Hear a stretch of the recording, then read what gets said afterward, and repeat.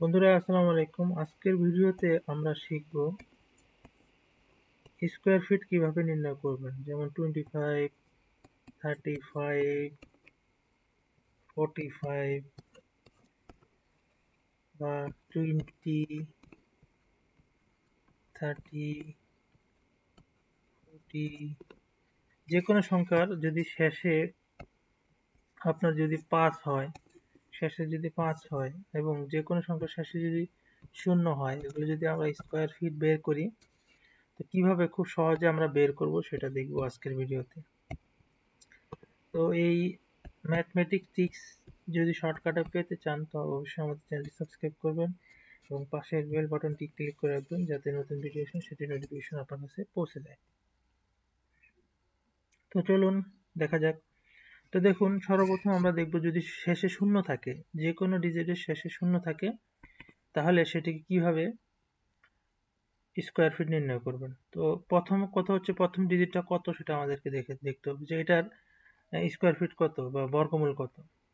তো 2 এর উপরে যদি আমাদের স্কোয়ার থাকে, 2 দুগুণ 4, তো শেষে কত আছে? শূন্য। আমরা এখানে দুটা শূন্য বসাই দিব। তো এখানে যেমন 3, 3 এর উপর স্কোয়ার থাকলে কত হবে? 3 তিরিকা 9, শেষে শূন্য, একটা শূন্য থাকলে আমরা দুইটা শূন্য বসাই দিব। শেষ, রেজাল্ট শেষ। তো এখানে খুব সহজে আপনার স্কোয়ার ফিট নির্ণয় করতে পারবেন।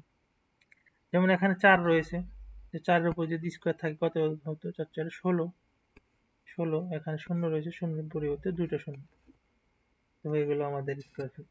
তো এর চেয়ে আর কোনো সহজ পদ্ধতি আর নাই।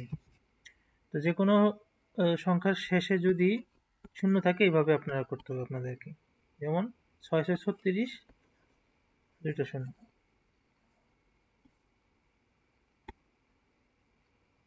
তো এইভাবে হচ্ছে সবচেয়ে সহজ পদ্ধতি। আর যদি 5 থাকে শেষে তাহলে কিভাবে করবেন? 5 থাকলে তো প্রথম ডিজিটটা হচ্ছে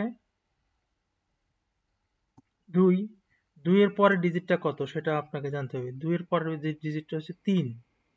তো প্রথমে দুইটাকে গুণ করতে হবে 3 এর সাথে। তাই 3 দুগুণ 6, 5 এর উপর স্কোয়ার থাকলে 25, হয়ে গেল আমাদের 25 এর স্কোয়ার ফিট।